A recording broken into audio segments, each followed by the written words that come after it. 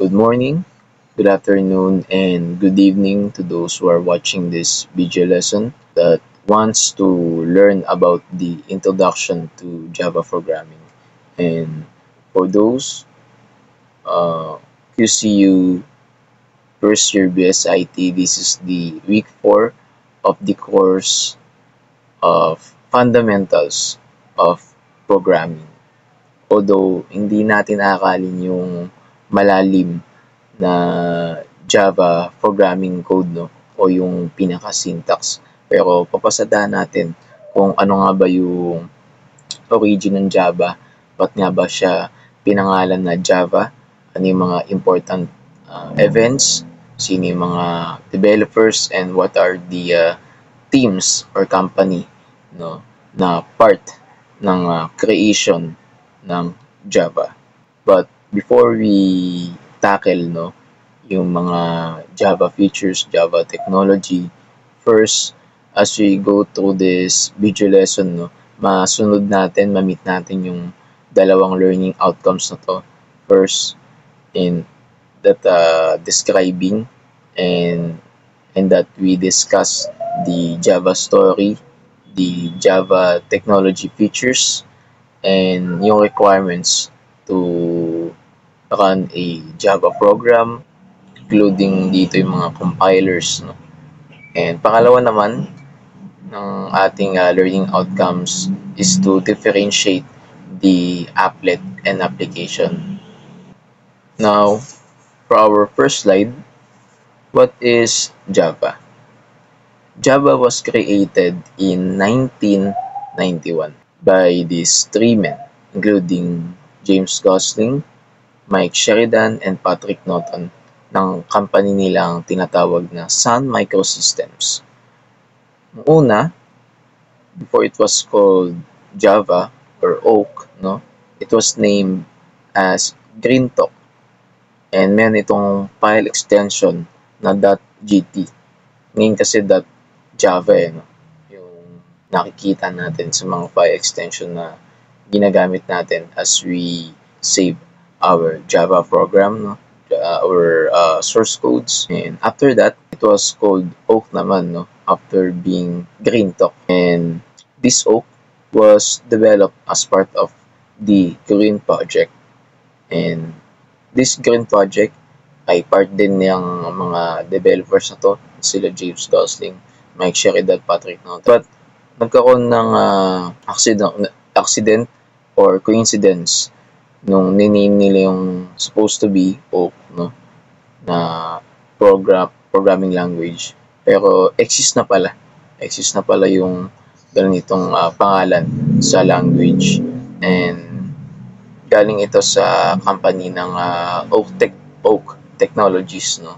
So they have to innovate, no, come up with another name, and dito pumasok si Java. Now, why Java programming name Java? First, according to James Gosling, Java was one of the top choices along with Silk. Java was so unique that most of the team members preferred Java than other names. For the third one, Java is an island of Indonesia where first copy was produced, called Java Coffee. So, ito yung naging inspiration nila to name their programming language na supposed to be Oksana, no?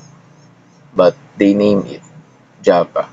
And in the year 1995, the Time magazine called Java as one of the 10 best products of 1995. Now, in this slide, no, it explains the uniqueness, the simplicity ng pag-name ng programming language na to. And it's actually special to have inspiration like this, no, that Java is known for coffee and symbolizes energy and productivity. And this highlights the branding and cultural roots behind the name. And before we tackle the next slide, dito na rin pumasok yung JDK 1.0 na kanilang nirelease noong January 23, 1996. So JDK means Java Development Kit, and later we will tackle it deeply so that we can understand yung origin, yung Java technology. Now for this slide, it explains naman yung first project that is developed using Java. As you can see on the bottom left of the slide, ay yung kanilang first project as part of the Green Project. Ito yung personal handheld remote was called Star 7. So this device, this remote control device is innovated or created as part of smart electronics that will help the people to be efficient in doing their tasks. Green Project refers to the initial development phase of the Java programming language at Sun Microsystems in the early 1990s. And itong company na to, itong team na to, nila James Gosling, aims to create a new programming language for electronics, interactive televisions, and embedded systems, including the set-top boxes. Their purpose in creating this green project, this green team, is to demonstrate the Java's initial focus, no, na gumawa ng embedded systems, and also to please the people, especially mga consumers, no, and in the field of business like electronics, mga field ng technologies na pwedeng applyan ng Java programming. Now, we will tackle what is Java technology. First, we will read this definition. Java is a programming language because it provides a structured and formalized way to write instructions that computers can understand and execute. It possesses the fundamentals characteristics that define a Java. First, we have Java as a development environment. When we say development environment kay Java, ay dito pinapaliwanag or dito pinapakita yung mga tools and platforms that is used to write and build Java programs. This includes yung mga kilala natin ngayong mga compilers like Apache NetBeans IDE, no? This Apache NetBeans is a popular tool for writing Java code with built-in debugging like the VS Code. And meron din itong other compiling features, and also kay Eclipse IDE rin na pwede natin gamitin to write our Java programming. And last is yung JDK or yung Java Development Kit, because this includes Java, no, yung compiler, and other tools na kakailanganin to develop a Java application or Java system. Next naman, Java as an application environment. When we say application environment naman kay Java, this is where Java programs are executed. Example nito ay yung JRE o yung Java Runtime Environment. Now, what is JRE? No? JRE allows us as developers to run Java applications on our computer. Kumbaga, parang may may tagaran tayo kung gusto natin makita o execute yung ating Java program so that we can see our output, our works before releasing it or before publishing it to the public. Next naman, Java as application environment. Yung JRE din, include din dito yung JVM. Yan, yung Java Virtual Machine na tinatawag natin. Now, this JVM helps the Java to convert the bytecode. So, first muna, isa muna siyang source code. Then, magko-convert siya into bytecode, into machine code for execution. And later, di-discuss din natin yung bytecode, yung process, no, from being source code to compiling to bytecode. Mas maintindihan natin yung process ng yung flow on how Java program works. And last naman, Java as a deployment environment. When we say Java as deployment environment, this is where Java applications are packaged or distributed. This includes the Java Web Start. Now, this Java Web Start, to be specific, is used to deploy Java applications over the internet or locally man. So these are the three fundamental characteristics na meron ang Java. Being a flexible programming language, being platform independent. Now, for our next slide, we will tackle now the Java features na nakakatulong para sa ating mga developers, sa ating mga software engineers, back-end developers to innovate and build software. First features will be the object-oriented. Now, when we say object-oriented kay Java, this says or this explains that Java is based on the concept ng objects and classes. Now, this includes yung following, yan, A to F. First, yung object. When we say object in Java, is a real-world entity with properties and behavior. And for our class, this is the blueprint in creating the objects. And for the third one is Java that has the ability to apply inheritance. And when we say inheritance kay Java, this allows one class to inherit the features from another. So example, kung sa isang compiler, sa isang project, no, gagawa tayo ng two or more classes. So pwede natin i-apply yung inheritance, yung feature na to, so that pwede mas maging efficient yung paggawa natin ng Java program na pwede pala ma-inherit yung features ng isang class to one another, so that hindi na natin kailangan manually dun sa another class na ginawa natin to modify it, but to select only, i-turn on lang natin yung inheritance sa pag-create ng class. Next naman is yung polymorphism. When we say polymorphism kay Java, let's one interface be used for different data types. From the word itself, no, poly. So one or more interface. For the fifth one, ng object-oriented, will be the abstraction. And when we say abstraction, this hides a complex details and shows only essential features. When we abstract it, or when we create a research paper, we only want first to read or let the readers view yung summarization ng ating research paper. And ganito din sa Java programming. It's possible they are trying their best to hide the complex details within the Java. And instead, show only, ipakita lang yung mga essential features na pwedeng ma-apply.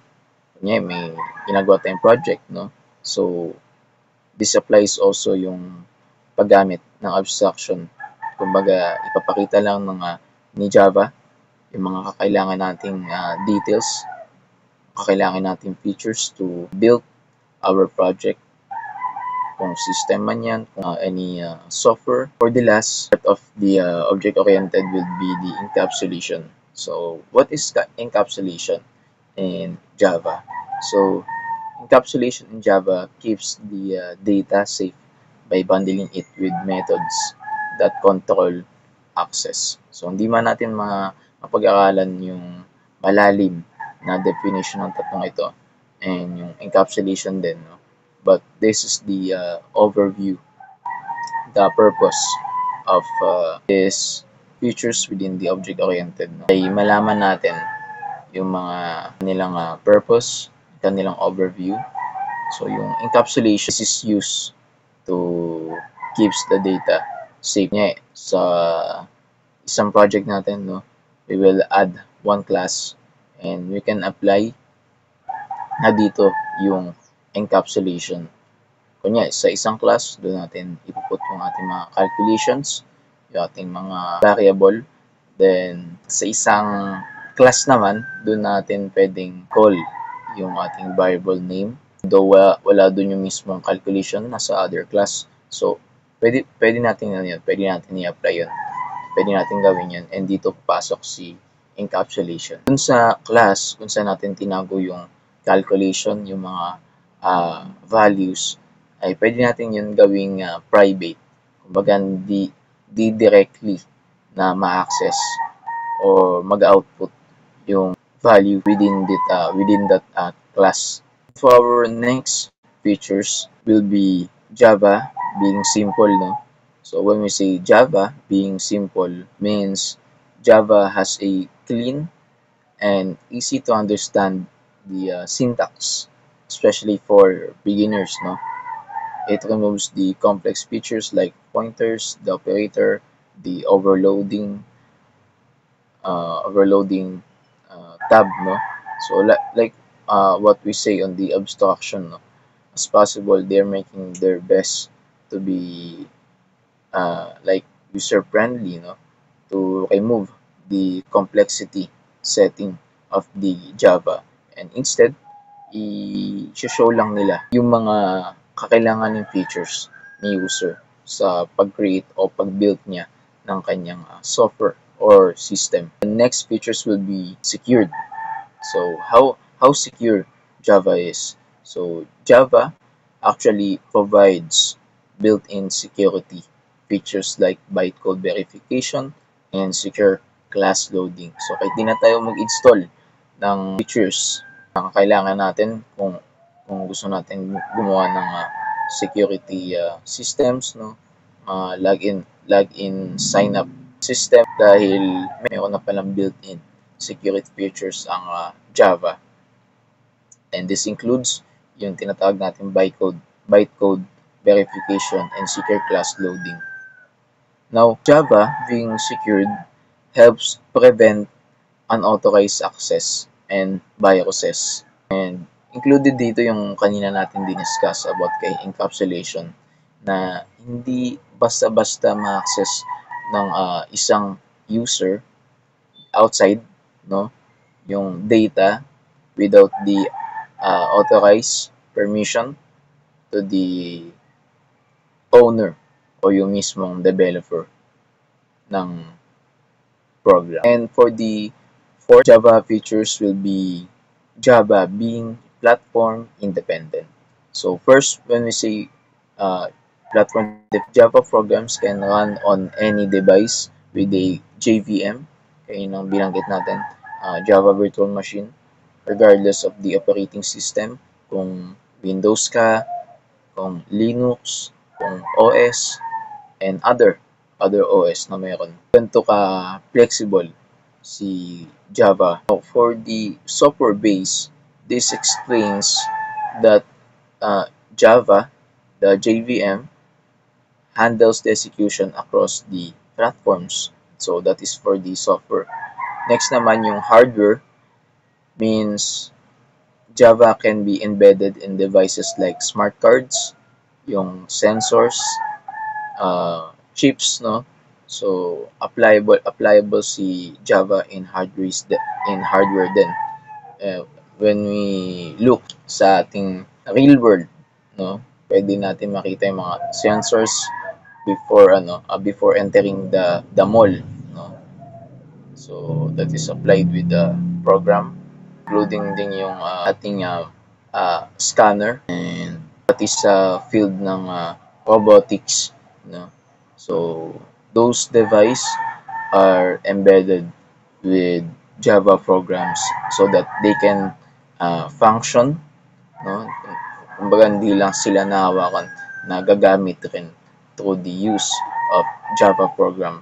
And this explains, no, from being remote control lang, no, yung first project nila, to this nowadays. So, ganun, ganun naging ka-advance yung pag-develop and paggamit ng Java program. Now, for the fifth Java features will be robust. When we say robust kay Java, means Java has the strong ability, power in memory management and error handling, to be specific. And this Java avoids caches, have the ability to avoid caches by checking code during both compile time and run time. So, habang ginagawa natin, habang nire-runtime man natin or kino-compile yung ating Java program, yung ating source code, ay dito pa lang chine-check na ni Java kung may mga unexpected errors, no, possible crashes. No? So dito pa lang na ano na check na before it was executed, no, or during the execution. So this helps the developers to learn from their mistakes and improve their system, improve the code, so that pag ni-release ito or pinublish ito sa public, although some of the system or server maybe have still errors, pero minimal na lang siguro dahil sa Java features na ito being robust. And next naman is Java being portable. So when we say portable in Java, means the Java code can be moved and run across the different systems without modification itself. So how it works, no? Paano ito nangyayari? So this is due to its platform independent nature. So kanina binanggit natin yung Java being platform independent, no? That also connected with this feature, Java being portable, na the Java program, the Java code can easily be run on any operating system. No? Kung Windows ka nga man, kung Linux yung ginagamit mo, OS ng Apple, yung Mac. No? So, you can run Java code with it through these Java features. And for the seventh, architecture neutral. So for the word itself, no, when we say architecture neutral kay Java, means Java doesn't depend on any specific hardware or system architecture. So pang walang pinapanigan si Javang hardware. Di mo na kailangan isipin yung specific hardware na kakailanganin to run the Java program. But we think of instead yung bytecode, no? So it's the bytecode that is designed to be interpreted by any Java virtual machine or the JVM. So that explains, no, that Java being architecture neutral from the word itself, doesn't have a specific hardware or system architecture, but interpreter lang, no? So yun, interpreter lang, so it can run, no? It can put output, it can show output or result. For the eighth Java features will be the Java being dynamic one. So when we say dynamic kay Java, means Java supports dynamic loading ng classes ng runtime memory. So include dito yung kay JRE, yung Java runtime. So how Java is being dynamic? So how it works, no? So Java is dynamic because it adapts to changing environments during the execution. Like Java has the ability also or power to adapt to evolve to the changing environment ng technology ng digital world. Kumbaga. So, makikita natin yun sa kaninang pinasadahan natin. No? Yung kunya first project nila, simula sila sa personal handheld remote no, na nakatulong naman sa field ng electronics. But nowadays, no, it shows gaano ka-adapt yung Java programming. Na-apply na siya many electronics, no, and not just electronics but system or software na almost we can see or experience no, every day. For the ninth, Java features will be interpreted. So how Java is being interpreted, no? So Java uses an interpreter ay ngayong JVM o yung Java Virtual Machine that designed or that acts as interpreter to execute bytecode line by line, and this purpose is to make the debugging for the developer easier. Like less na lang siya, less task na lang para kay developer, less problem na lang, konting modification lang maybe, and execution is flexible also, meaning the execution is not that hard to show. Di siya pahirapan para kay Java dahil kay JVM, no, meron siyang interpreter. And for the 10th Java features, this include Java being high performative. So Java having a high performance means Java is faster than traditional interpreted language like C++, C Sharp, no? So Java is faster than traditional interpreted languages due to its just-in-time compilers or yung JIT that optimize its performance. So how these features help, no? So this help the developers to have a faster loading, faster compilation of their source code. Kumbaga hindi pahirapan yung pag-compile, yung pag-convert ng kanilang source code to show and output. For the 11th Java features, this includes Java being multi-threaded. So when we say multi-threaded in Java, means Java can perform multiple, from the word itself, multitask simultaneously using the threads. This is useful for especially for the games, the animations, and real-time applications na ginagamit natin. So this explains how uh, how advanced Java is through this feature of running multiple tasks simultaneously using the threads. So for the last features of Java being distributed. So what is distributed in Java? This means that Java supports building applications that work across the networks. So it is vast, napakalawak, no?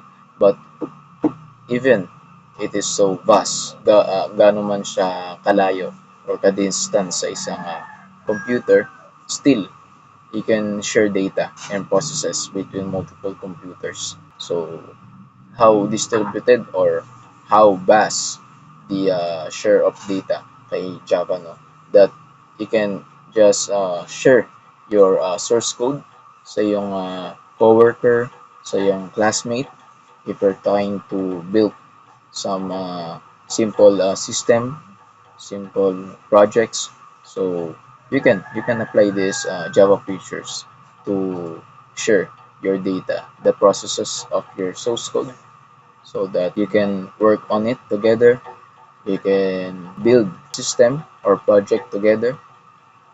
So that's how this feature is being used, you know, and many other ways pa. So that's the 12 Java features that helps the developers and software engineers and other profession to. So that's the 12 Java features that helps the developers to build the software, and this explains also how adaptive or how advanced Java is to the growing technology nowadays. So next, we will tackle the Java development environment. First, Java and installing the JDK, Java Development Kit, produces several folders in our system. This means that installing the JDK has complete toolkit for the developers, for those installers of JDK that can help them to create the system, the software they want, and this includes the following toolkit that can help them. This includes the compiler or the Java that converts the source file first, that Java, into the bytecode, that class. So from being that Java source files into that class bytecode. Next within this toolkit is the debugger. So this debugger is essential for us to find the errors and fix it so that we can improve our source code. And next would be the Javadoc. So the purpose of Javadoc within this toolkit is to uh, document document the comments we input within our source code. So kunyari may mga comments ka, may indicators ka within your code. So Javadoc is responsible for generating the documentation to our comments within our code. And last for this toolkit is the key tool to manage the security certificates. So example, no, when we create our uh, own project, so kunyari, hello world, tapos may file extension na .java. So we're already using the JDK, and inside this hello world .java includes the toolkit, includes the following nating mga minention: the compiler, the debugger, the Javadoc or key tool na kakailanganin at makakatulong sa developers to create and build the system or software he wants or she wants. Each of these folders holds pertinent files that would be necessary in building our program. For instance, the bin folder contains executable files for compiling your program. And within this Java development environment ay connected siya kay JRE or kay Java Runtime Environment. Now, what is JRE or Java Runtime Environment? This is the part of the Java that runs our compiled programs. So, this includes yung JVM, kanina pa natin minimension, yung Java Virtual Machine that executes the bytecode from being a source file, and also class libraries. So when we say class libraries in Java, it means it has pre-built code for common tasks, like for printing, for doing math calculations, equations, and for the third one, the JVM naman, yung Java Virtual Machine. So what does it mean? So JVM is the engine that runs the Java bytecode on any device. So yung kanina sinabi natin yung kay JRE, kay Java Runtime Environment, part ng Java that runs our compiled programs. And next for JVM is the engine that runs Java bytecode on any device.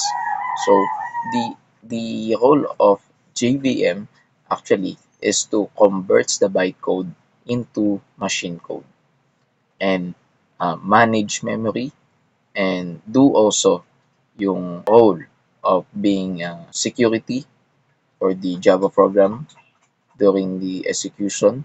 So avoids from some vulnerabilities, avoid from threats, no? Avoid from unauthorized access.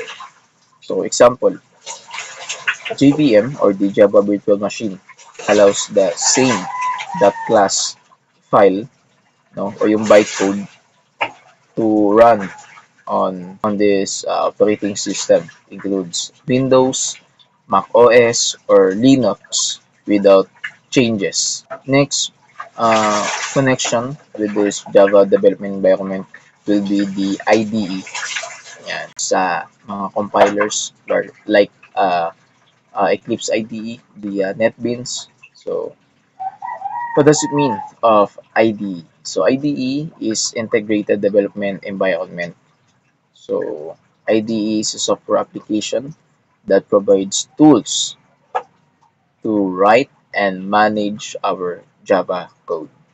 So, before kasi, di ba, nagko-code yung ating mga Java developers often sa kanilang notepad, computer, notepad. So, uh, because of the help of IDE, dito pinagsama-sama na including the JDK, like when you're using uh, VS Code, no, when you're using NetBeans, Eclipse, no. So this includes also yung mga class libraries sa kaninang binanggit natin. Kumbaga built-in na sa software application na to. And maybe you can still add ons some useful libraries and features that you can use for your Java program. And also, for the class libraries, kung papahapiawin natin, this means collections of the pre-written Java classes and methods. So, the purpose of having a class libraries in Java program save time by providing a ready-made solutions or tasks like file handling, the networking, and even the GUI design. Example, when we want to put some users input to our source code, we import Java util scanner, right? So this class is used to read the user input. So that's the example and purpose of class libraries. So marami pang class na available within the Java. Pwede rin buffer reader, pwede rin JOption pane that can help the user to build their own system of software. For the last part of the Java development environment will be the directory structure. So add-ons lang to, no?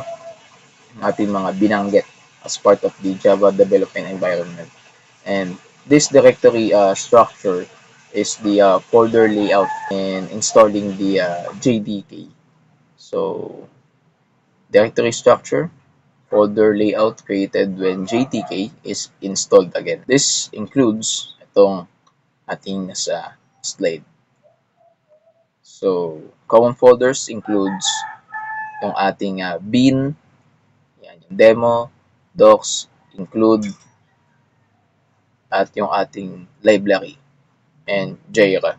So when we say bin, no, contains executable tools like the Java and Java, the library holds class libraries like those Java util scanners, the buffer readers, JOption pane, the decimal format, etc.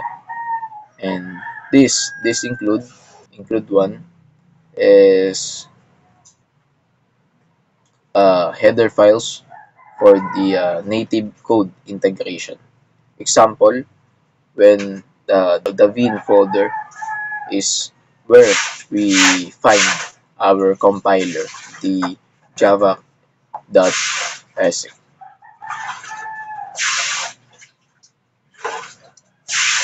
So together, together, these parts from the Java development environment forms a power environment for Java that supports our Java developers, that supports the full life cycle of Java development. So from writing code to running applications, 'di ba? So that's how the Java development environment and its connections forms a powerful environment to uh, innovate something, innovate system, software that we want to build so that we can help also our fellow programmers through the use of Java programming together with these uh, parts. Next, we will tackle the cycle of Java program.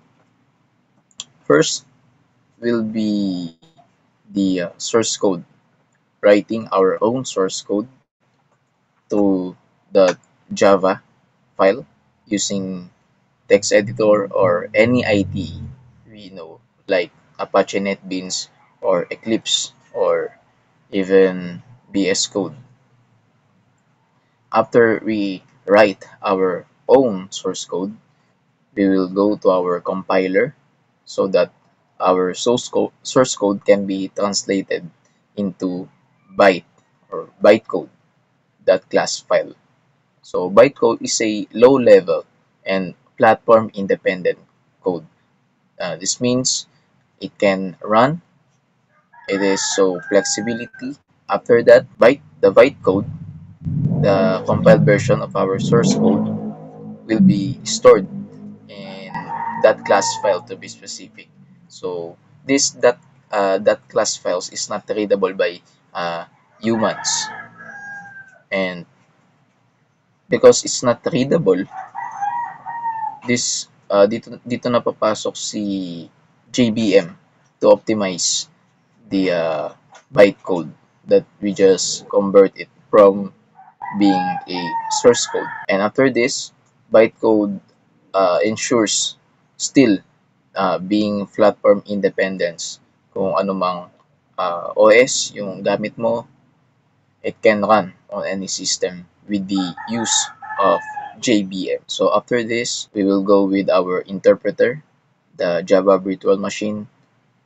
So it will read the bytecode and converts it into machine code that is specific to the operating system we have, like this, Windows. And kung may ano ka man, kung may Mac ka man, Mac OS, so still you can run a Java program code. So not only JVM has the ability to convert or be interpreter of the bytecode or that class file, but also handles memory management and security during the execution of Java program on any OS, so that it can avoid some unauthorized access of the file, some threats. And after this, after the purpose of JVM to interpret our bytecode from being source code, dito na papasok yung last stage will be the output. So when we say output, from the word itself, it contains the final result of our running program. So yeah, in the first stage, you write you write you write your source code as hello world. So from source code, compiler, byte, interpreter, then going to the output, it will show hello world. So this is the another compilation flow for us to visualize and understand the flow of Java program, the cycle from being a simple .java, so from being source code into the compiler, the JVM will convert it into simple .class, that class file. Okay, so this is the another visualization of our Java program cycle. So first, from being written in a or source code. So system.out.print line break hello QCU. So after that, after writing our source code, if we want to compile it, so we'll go through the process. The JVM will convert it into the bytecode, and after that, the bytecode that human cannot read because maybe some contains binaries, so it will be interpreted, and after it is being interpreted from being a bytecode, it will output the hello QCU because our computer can only read a bytecode that human cannot read. So we need to understand and acknowledge the purpose of the cycle, why the Java program has its own cycle. Why does it have the source code in the first place? Why does it have a compiler? Why does it have write, the interpreter, and output before output or showing the result? It is essential na dumaan siya sa ganung process because our computer only reads the bytecode that human cannot read. Now, as you can see on your screen, this shows the two types of programs we can create using the Java programming. First, the applet. So let's zoom in. Sorry for the low quality of image, but as you can see on the screen on the left, this shows the layout of applet. As you can see, the simplicity, the options, the inputs of applet. On the other hand, this is the application. So it's part of our learning outcomes to differentiate the applet and application. So as you can see on the application, it doesn't have many complex options, complex settings, but only to input necessary informations, these features of inputting our inputs like this, adding, editing, or remove, or selecting as default. Also, we have a choice for our mail format like HTML, plain text, custom, just like that. It's too simple. On applet, it is simple, but it is complex for beginners. Like it's not uh, too much user friendly. But for the Java developers, it can still be understandable and can be modified by our Java developers. But for the beginners, for the users, maybe there is a difficulty of inputting some information here because of the options, the settings that this applet does have other than this application. So I hope you understand some of the difference of applet and application. So these are the two types of programs we can create using a Java programming. So still, the purpose of this is to innovate, innovate system and software we want so that we can help people, we can help our fellow programmers, our developers to be efficient in doing the tasks, maybe creating a program to be organized, to be productive, and more. So after tackling the two types of programs we can create using Java program and discussing the cycle, we will now move on to the structure of Java program. So in the Java programming language, a program is made up of one or more classes.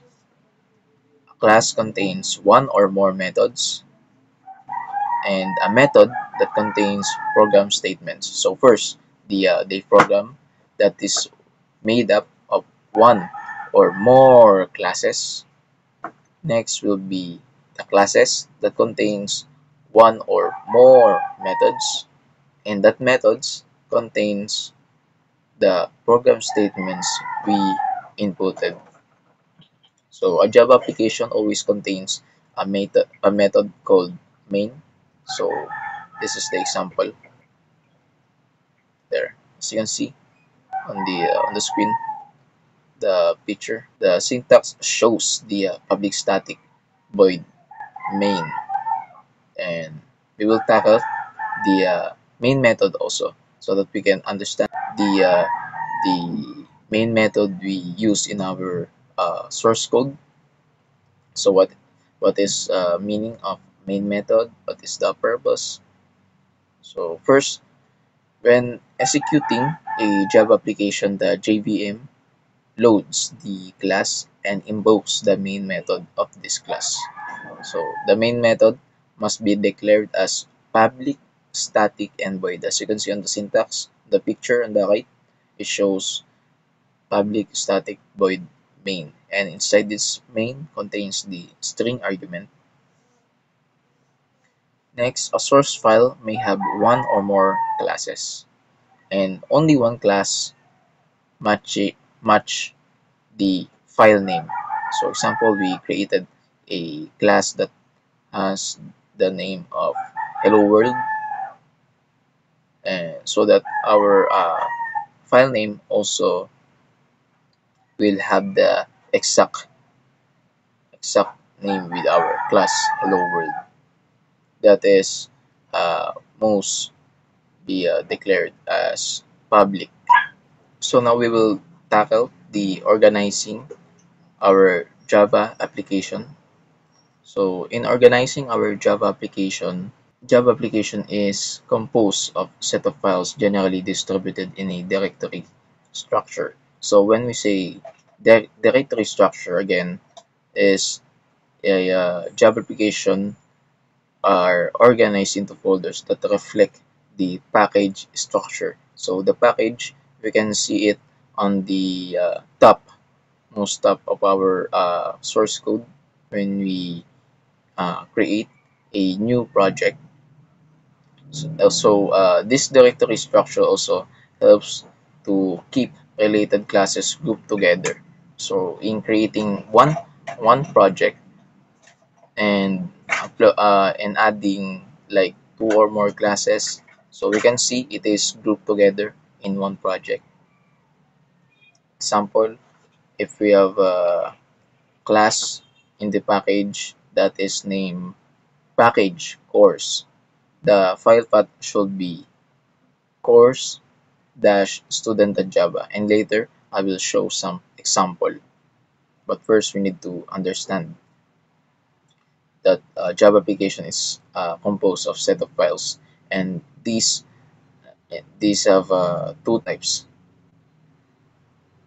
First, the source code that we tackled earlier.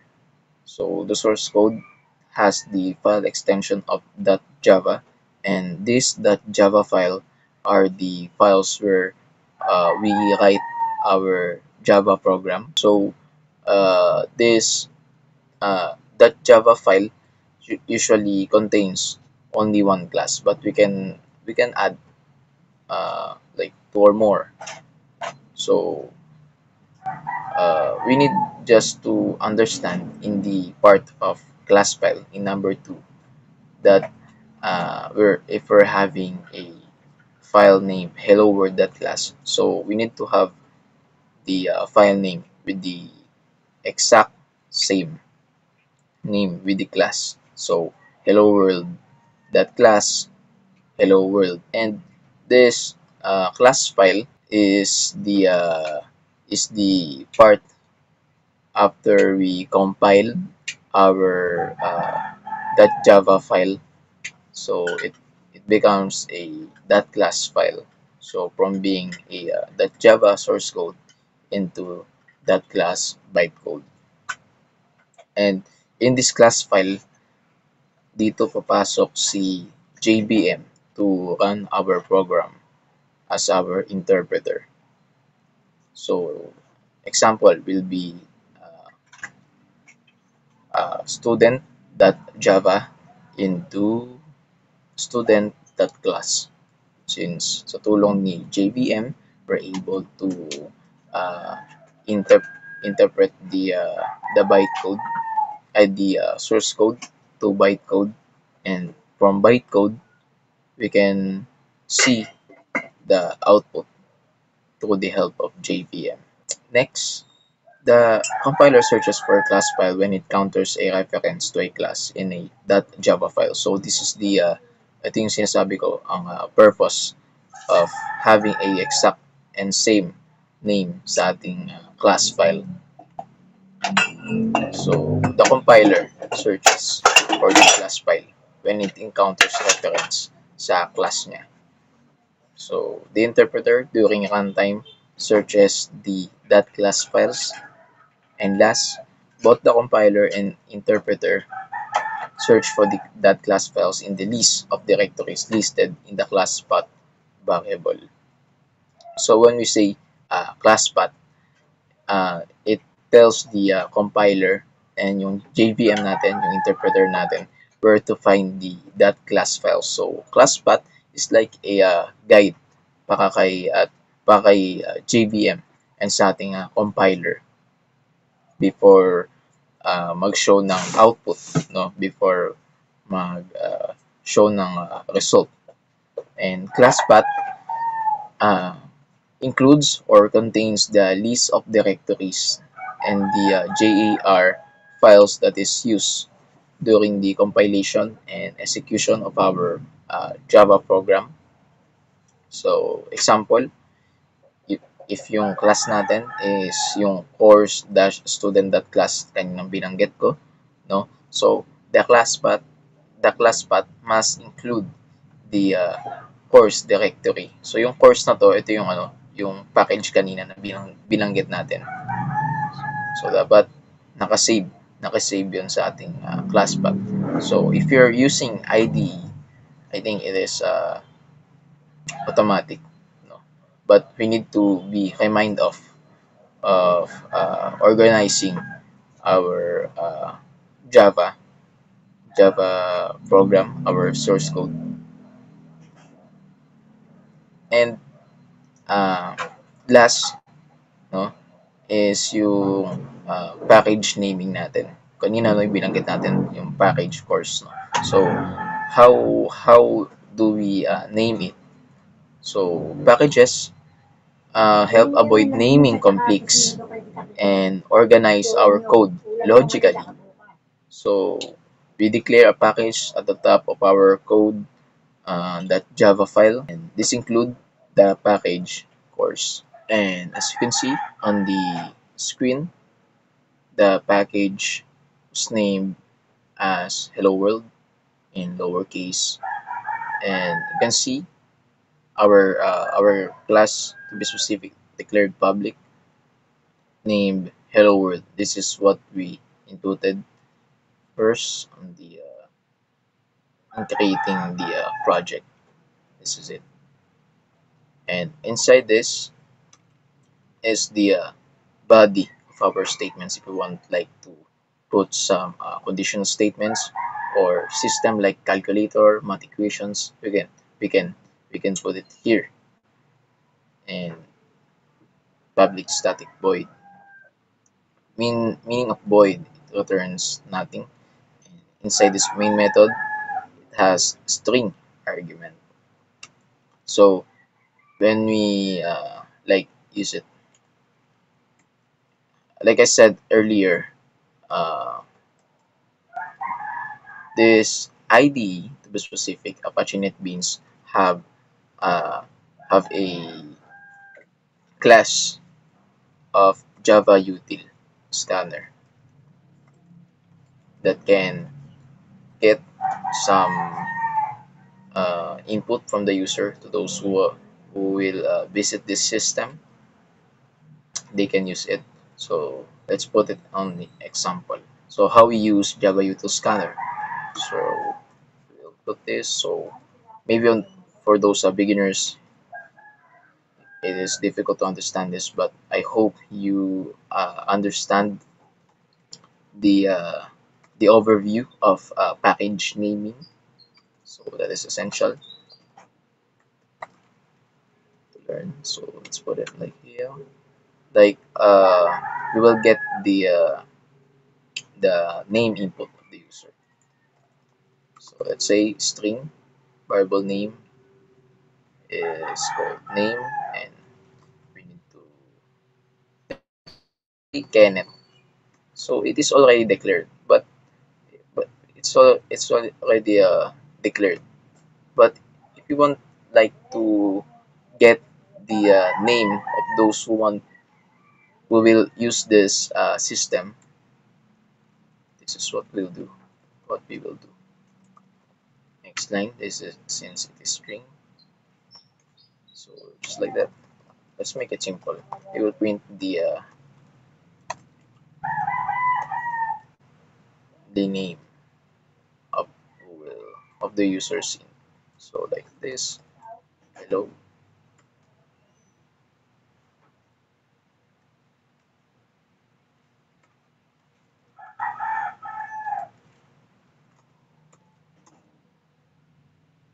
And then valid name.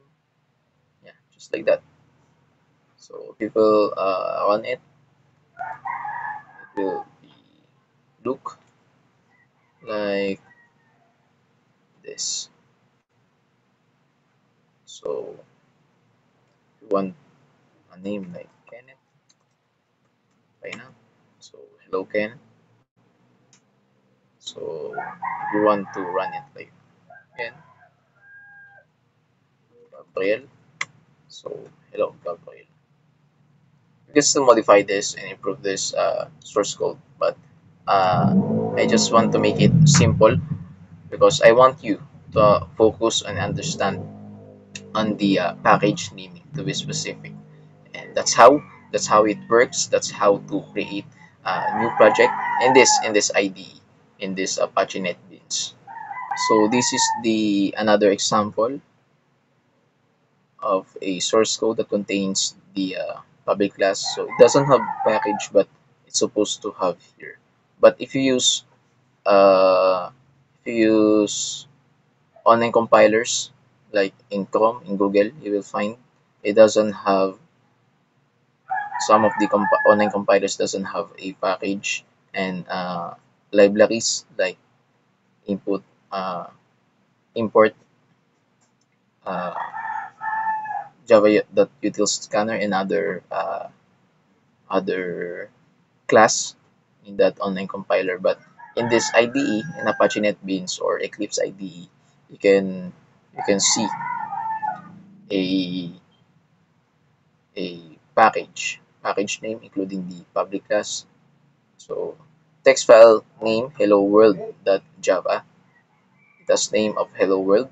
This is the main method that contains string argument, and this is the statement. This is a statement, and will this is the body. So now we will tackle the tips in naming. This is the example. First, the qualified name for the class is course.student, and the path name to it is the course-student.java. So to import the package, we will put import course.student. So you you can actually import all those classes in the package with the use of asterisk, like general import of classes specific to the course. Like we can also put on the program import java.util.asterisk. As you can see on the screen, These are the name advantages. So we will not only discuss the tips on naming, but also we learn the advantages of naming our Java program. So first, it makes it easier to find and use classes if we have many projects in our work, in our system. So we will not be uh, struggling to find our specific class, specific project. So we need to understand, we need to apply this naming tips for that we can be organized, we can be productive in doing our projects. Next, it avoids naming conflicts. So this is important. Two classes with the same name existing in two different packages do not have a name conflict as long as they are referenced by their fully qualified name. So we need to remember this. And last, naming advantages is it provides access control.